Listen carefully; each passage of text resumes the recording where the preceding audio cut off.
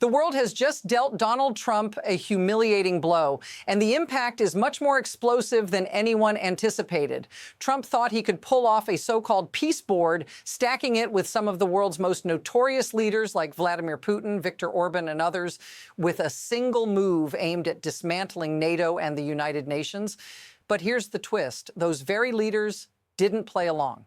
Instead, they publicly shredded his plan, rejecting it in the harshest terms. France, Poland, even the UK, countries he thought would back him, are now stepping up to say, no way. But why is this happening, and why should it matter to you? This isn't just about international politics. This could be the pivotal moment that shifts global power in ways you never expected. Stick around as we break down what's really going on and what's next for Trump and the rest of the world. At first glance, it seemed like a bizarre idea. Trump suggesting a peace board with Putin, Orban, and the likes in an attempt to disrupt the very institutions that have held the international order together for decades. But there's more to this than just a strange proposal. What's really happening here is that Trump is testing the waters to see how far he can push global leaders. And they're pushing back harder than anyone expected. Just take a look at what French President Emmanuel Macron said, "No way are we joining this ridiculous peace board." And it's not just Macron. Poland's Prime Minister Donald Tusk was just as blunt, declaring that no one is going to dictate Poland's future. And it doesn't stop there. Even Britain, which has often been passive in opposing Trump, is now joining the chorus of rejection.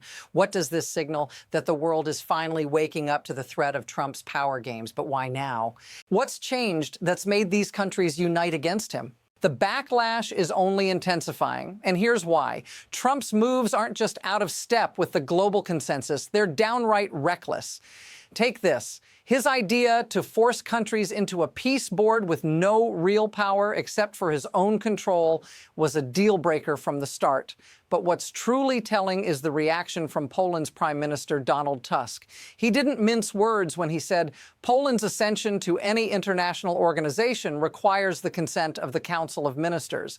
It's a powerful statement, one that shows how these leaders are drawing a hard line, and they're not backing down. You have to ask yourself, though, why is Trump pushing this agenda so aggressively?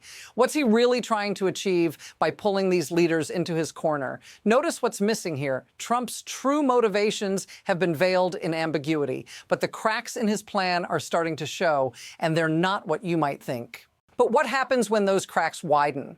We've seen this before, but never quite like this. Historically, leaders like Trump have pushed for more control, more power, often at the expense of international alliances. But this time, something's different. The world is no longer just tolerating his tactics. They're pushing back in unison. France, Poland, the UK, even far-right parties that once supported him are turning their backs. It's a shift that's hard to ignore. Remember, this isn't just about a peace board. This is about Trump's broader strategy to challenge international norms and divide the Western world. And while his rhetoric may sound like grandiose promises, the reality is that he's steadily isolating himself. But here's the part nobody is saying out loud. These leaders aren't just rejecting his ideas, they're reclaiming power. And what happens when world powers start to take back control from one man? It's not just empty words. There's real evidence here. Trump's international missteps are stacking up. Take his failed promises to Japan, for example. Billions of dollars in military aid were supposed to be delivered, but instead Japan is left holding the bag. That's a huge deal, especially when you consider the delicate balance of power in the Asia-Pacific region. But it gets worse. Trump's handling of the Iranian protests, absolutely disastrous. He told the Iranian people that the U.S. would have their back if they rose up against the Ayatollah. But when the protests turned deadly, Trump did nothing. Thousands of protesters were slaughtered, and all Trump could say was, I stopped them from hanging 600 more people. Let that sink in. When you look at the situation in Syria, it's even more damning. Trump has abandoned the Kurdish forces, our allies in the fight against ISIS, leaving them to the mercy of Syrian government forces. It's a betrayal that could have long-lasting consequences. So what's left of Trump's promises to the world? When you peel back the layers, it becomes clear. This is not just incompetence. It's a pattern of reckless disregard for global alliances. And just when you think it couldn't get worse, it does. Just look at how quickly things are spiraling out of control. Denmark, for example, has now deployed more troops to Greenland. Yes, you heard that right. Denmark, a NATO ally, is actively preparing for potential conflict over Trump's reckless threats. This isn't a slow buildup. It's happening right now. Meanwhile, back in the UK, even the far right is turning on Trump. Nigel Farage, the once staunch ally, is now openly criticizing Trump's approach to Greenland, saying it could fracture the US-UK relationship beyond repair. And that's just the beginning. The pressure is mounting. European leaders are quietly mobilizing behind closed doors, considering drastic countermeasures to push back against Trump's increasingly dangerous tactics. What happens if this continues? What happens if world leaders decide they've had enough and take matters into their own hands? Now, let's step back for a moment. What does all this mean for the everyday person, the ones who have no say in these high-level games of power? When leaders like Trump make reckless decisions, it's ordinary people who pay the price. In the UK, the fallout from Trump's tariffs is already being felt. Families, businesses, the most vulnerable in society are the ones who will bear the brunt of economic instability. And it's not just Europe. Look at the situation in Syria. Kurdish communities who fought alongside U.S. forces are now facing mass displacement and violence. Thousands are fleeing their homes, caught in the crossfire of a power struggle they never asked for.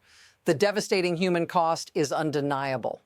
And yet Trump sits on his throne making decisions that affect lives across the globe with no real consequence to himself. If this feels familiar, if it feels like the world is once again being forced to bear the weight of decisions made in a vacuum of power, leave a comment below. This isn't just geopolitics. This is about real human lives. But here's where it gets even more unsettling. This isn't just about one man's ambition or ego. It's about a system that enables this kind of behavior. Look at the pattern: leverage, incentives, and a blatant disregard for the established order. Trump is using his power to push forward an agenda that pits countries against each other, knowing full well that chaos works to his benefit. He thrives in it. The spectacle of unpredictability, the tariffs, the threats, the backroom deals, creates a world where everyone is scrambling, reacting, trying to survive. But it's not just him. These tactics are part of a larger, more dangerous trend. The same forces that fuel authoritarianism, that exploit division, are feeding into this global instability. And the scariest part, it's all happening in plain sight. The system is designed to keep us looking at the next headline, distracted, while the true power plays continue behind the scenes. So what do we do? Do we stand by, watching as global politics becomes a game of ego and manipulation? Or do we wake up and realize that the system itself needs to change? So where does this all lead? There are two possible futures here, and neither is simple. First, we could see Trump continue down this path of alienating global allies, pushing the world further into disarray. If that happens, expect more countries to take matters into their own hands. Alliances could crumble, global economies could fracture, and the very systems that have kept the peace for decades could be irreparably damaged. But there's another path, one that feels more uncertain. What if world leaders decide to band together, finally stepping up to push back in a unified front? They've already shown signs of it. Poland, France, even the UK. Now the question is, how far will they go? And if they do, what does that mean for Trump's power, both internationally and domestically? This moment is teetering on a razor's edge, and the next move could reshape everything. But one thing is certain: the momentum is building. And whatever happens next, the world will never be the same. In the end, it all comes down to this. Donald Trump's play for power has pushed the world to the brink, but it's not just his decisions that are at stake. It's the very systems of global order that are now being tested. What we're witnessing isn't just a political battle. It's a fight for the future of international cooperation. One wrong move, and it could unravel everything. But here's the kicker. The world is already reacting. Leaders are drawing lines, alliances are shifting, and the balance of power is more fragile than ever. So what comes next? Stay tuned, because this story is far from over. If you want to keep following the twists and turns, don't forget to subscribe. We'll keep breaking it down so you don't miss a single piece of the puzzle.